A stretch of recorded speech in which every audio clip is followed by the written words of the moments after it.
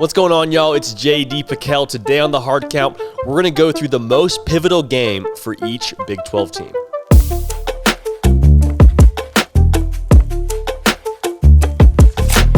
First things first, we say it every video, subscribe to 365 Sports. You're not going to want to miss anything going on the channel. All good stuff, and only going to ramp up a level as we get into college football season. So speaking of college football season, there has been no shortage of activity in the Big 12 Conference, and this could be potentially the last season for the Big 12 Conference as we know it. So with that said, let's go into the most pivotal game for each team as they potentially play their last season in the conference. So let's start by defining what pivotal means in relation to this schedule, because honestly, the temptation with making this was, do we just put Iowa State and Oklahoma as the most pivotal game for every single team? Because you honestly probably could do that for just about every program here, because it's a great litmus test. It tells you where all these teams are from a roster standpoint. So there's a lot of things you learn from those teams, but I'm going to try not to make it just an Oklahoma-Iowa State video, because there was a lot of big-time matchups across the entirety of the Big 12 calendar. So pivotal meaning, what do we learn about this team, and what does it mean for them in terms of the trajectory for them going forward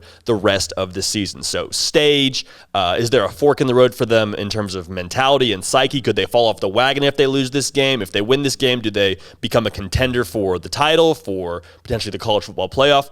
All things we're looking at as we made this, and without further ado, let's jump right into it. Oklahoma, Iowa State at home. I know I just said we're not going to make this Iowa State-Oklahoma video, but for the first one, we are. Oklahoma against Iowa State at home, November 20th. So late in the year, it's in Norman.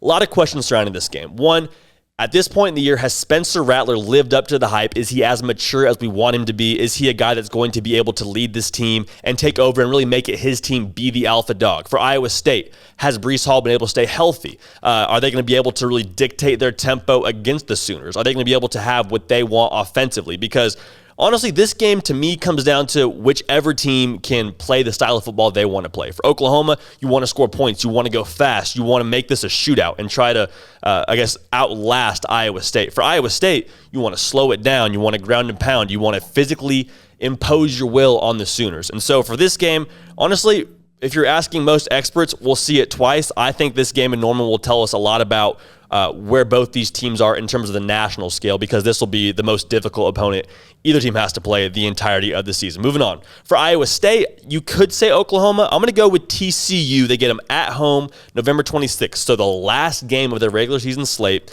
before they probably have to play Oklahoma again. So at this point, they have one, maybe two losses if they slip up.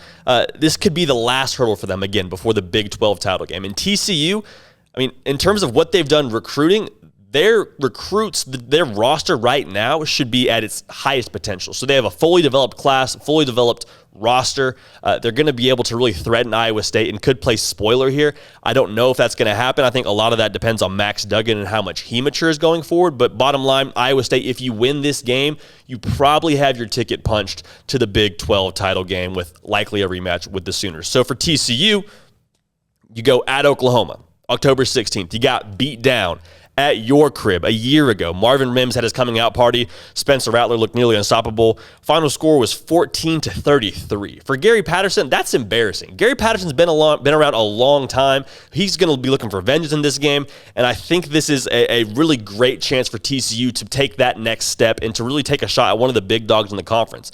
Who better to take a shot and make a statement than Oklahoma? I mean, that's the game where you make a statement and say, no, we're here, we're a power, we're fully developed, we know what we're doing in terms of the entirety of the Big 12, we're here and we're here to stay. And so I think that's a huge, huge game for TCU, and could honestly, if they beat Oklahoma, give them the inside wrap to the Big 12 title game. Now, our first non-Oklahoma, non-Iowa State conversation for this video. You got Texas going to Arkansas on September 11th. It'll be the second game of the Steve Sarkisian era. We talked about it a little bit in the Texas video. If you watched that, me break down their schedule.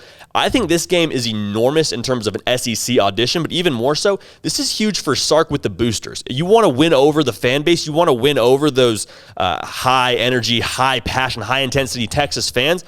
Do it on the road in a big SEC environment against an SEC team that's physical. And that's the thing, another thing we got to look at. This will be a physical game for Texas. They're going to be wanting to beat you up front. They're going to want to run the football. And so for Texas, can you counter that? And can you bring some of your own with Bijan Robinson and your 4 offensive linemen that are returning? Can you counter that and play their style of football and get out of SEC country with a win? Moving on, Oklahoma State. I think at Boise State, September 18th, a game you got to look at. They'll be 2-0 heading into this one. Just a great litmus test for Oklahoma State. They lose so much on offense. You lose Chuba Hubbard. You lose Tylan Wallace. You lose Dylan Stoner. All guys that brought so much production for you offensively. So the game falls on Spencer Sanders' shoulders. Can he get them out of Boise State off the blue turf with the win? Because if you beat Boise State at that point, you're 3-0. You've beaten a quality opponent. You're going to probably start rolling here going into Big 12 play if you're Oklahoma State. I think that's a huge one for them. Now, you look at West Virginia. I think at Baylor, October 9th, a pretty reasonable one to look at. That was a dogfight last year in Morgantown. Like, Baylor really could have won that game. So for West Virginia, prove you're for real. It's the midway point in the year. You have a bye right after that game. Prove you're for real and prove that you can hang with the middle tier, if not the lower middle tier of the Big 12. I think this could be a good statement for the rest of the conference that we're just a cut above average. I know that's kind of a low expectations if you're West Virginia, but this is a good game for them to prove that they can play with the upper half of the Big 12 and could put them in the upper half of the Big 12 if you ask me. Now, speaking of Baylor, for Baylor, they get Iowa State at home September 25th. Now, for Baylor, they should be, assuming they beat Kansas, 3-0. And Baylor, if you look at the last 2 games they've played against Iowa State, they have been one-score games. Baylor beat them on a field goal in 2019. They lost by a touchdown a year ago, and really they were a drive away, a Charlie Brewer interception in the red zone from pushing that game to overtime. So these teams have bad blood. It's been competitive year in and year out. Iowa State is, again, one of the big dogs in the Big 12. For Baylor, make a statement, show that you're back, show that you've been able to develop the talent that you've recruited so well, show that the Dave Aranda era is going to be able to be something that's sustainable. That would be a huge statement game to move them to 4-0. Could build a lot of confidence for Baylor and give them a good trajectory as they head into the rest of their schedule. Kansas State, now this was a tricky one. There's a lot of games you could point to for Kansas State to being significant or to give them a good trajectory for the rest of the season. I'm looking smack dab at that very first game, that first weekend of real full college football, September 4th, Stanford. They play them in Dallas, and this is going to be a ground and pound affair. So if you like running the ball, if you like bruises, if you like testosterone, this is the game for you, okay? We're going to see a lot of football, power football. We're going to see a lot of just taking 3 yards in a cloud of dust. So for Kansas State, you win a game like this against a physical opponent like Stanford, your confidence goes way up the rest of the season because you're not going to play a team that's as physical as the Cardinal the rest of the year, or at least a team that makes a priority to be physical the rest of the year. I take that back. Maybe Iowa State. But to start the year with a win against Stanford at a neutral site in a big stage could do a lot for your confidence. Moving on, Texas Tech at Texas. September 25th. Now, Texas Tech had this game won a year ago. I was in the studio with Paul Catalina, and Texas Tech, I think, went up by a score or two late in the fourth quarter. And he just said, Texas is going to find a way to get back in this game. And they did. Obviously, Texas came back, won that game.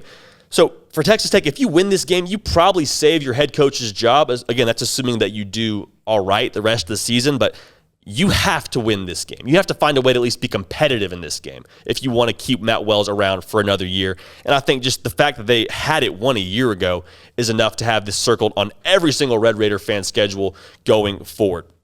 Now, to finish this whole thing out, Kansas. And before I announce who I think their most pivotal game is, I want to just emphasize this is not a slap in the face. I'm a big fan of Lance Leipold. I think he's the right guy to turn it around. I don't think it's this year. So the most pivotal game for them is honestly game 1 against FCS opponent South Dakota State. And Kansas has shown on more than one occasion they are not exempt from the FCS competition and potentially losing a game like that. See when they played Nickel State.